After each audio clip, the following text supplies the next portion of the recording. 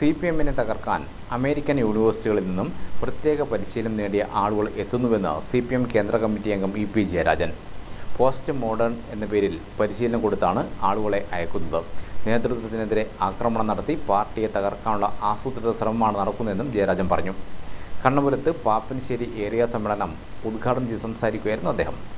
ഇങ്ങനെയൊരു നീക്കം തിരിച്ചറിയാൻ സഖാക്കൾക്ക് കഴിയുന്നില്ലെന്നും ജയരാജൻ പറഞ്ഞു. ഇതേ രീതിയിലുള്ള ആക്രമണം നടത്തിയാണ് ലോകത്തെ പല കമ്മ്യൂണിസ്റ്റ് പാർട്ടികളെയും തകർത്തത്. മാധ്യമങ്ങളെ പണം കൊടുത്ത് ആസൂത്രിതമായി ഉപയോഗിക്കുകയാണ്. ഇതിനെതിരെ പ്രതിരോധിക്കാൻ പാർട്ടി പ്രവർത്തകർ ഉണർന്നു പ്രവർത്തിക്കണമെന്നും ജയരാജൻ ആവശ്യപ്പെട്ടു. പാർട്ടിയെ തകർക്കാനുള്ള ലക്ഷ്യം പാർട്ടി നേതൃത്വത്തെ ആക്രമിക്കലാണ്. ഇപ്പൊ അതാണ് നടന്നുകൊണ്ടിരിക്കുന്നത്. അത് ചെറിയ പരിപാടിയിലല്ല. അമേരിക്കൻ ഒരു ഇൻസ്റ്റിറ്റ്യൂട്ടും അമേരിക്കൻ യൂണിവേഴ്സിറ്റി അവിടെ പ്രത്യേക പരിശീലനം കൊടുത്ത് പോസ്റ്റ് മോഡേണൈസേഷൻ, പോസ്റ്റ് മോഡേൺ എന്ന പേരിൽ പരിശീലനം കൊടുത്തിട്ട് ഇന്ത്യയിലേക്ക് അയക്കുകയാണ്. അവർ ഇന്ത്യയിൽ പല മേഖലകളിലുമായിട്ട് അവരുടെ പ്രവർത്തനം വ്യാപിപ്പിക്കുകയാണ്.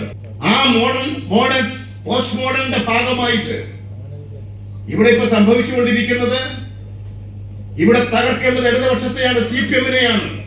CPM തകർന്നാൽ പിന്നെ വേറൊന്നും നോക്കേണ്ടതില്ല വലതുപക്ഷ ശക്തികൾക്ക്. അതിനുള്ള കടുത്ത ആക്രമണമല്ലേ. ഈ ആക്രമണത്തെ പ്രതിരോധിക്കാൻ കഴിഞ്ഞാൽ എന്തായി തീരും സ്ഥിതി? ലോകത്തിലെ പല കമ്മ്യൂണിസ്റ്റ് പാർട്ടികളെയും തകർത്തത് അങ്ങനെയാണ്.